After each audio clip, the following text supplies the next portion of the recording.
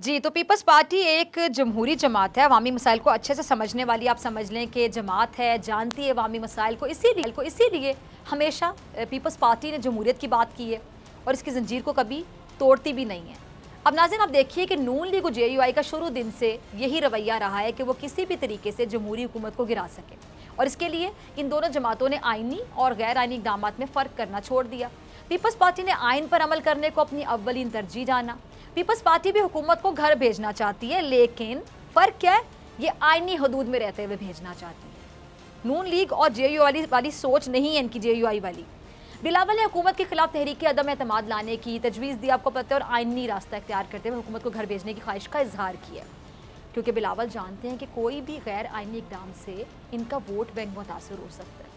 इसीलिए peoples party, जो कि आप कह लें कि मुफाहमत की चैम्पियन जमात है, इसने सब्र का और तहम्मुल का मुजाहरा किया और हर कदम आप कह लें कि फूंक फूंक कर रखा।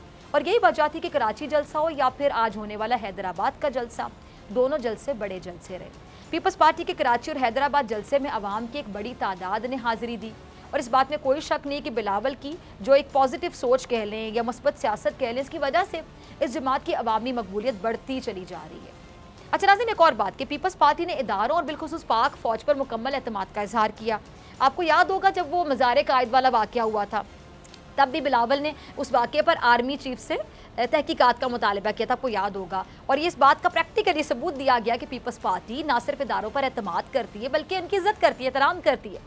इसी तरह जब नून लीग के कायद ने पाक फ़ौज पर ताबड़तोड़ हमले किए, तो उसके जवाब में बिलावल ने नून लीग के कायद से इदारों पर लगाए गए इल्ज़ामात के सबूत भी मांगे थे, आपको ये भी याद होगा। और यही वजह कि PDM के कायम होने के पहले दिन से ही इस इत्तेहाद में फूट पड़ने लगी थी और ये खबरें सर उठाने लगी थी, क्योंकि बिलावल और उनकी जमात के लिए रियासत मुखालिफ बयानिए को लेकर चलना बहुत नुकसानदेह साबित हो सकता था।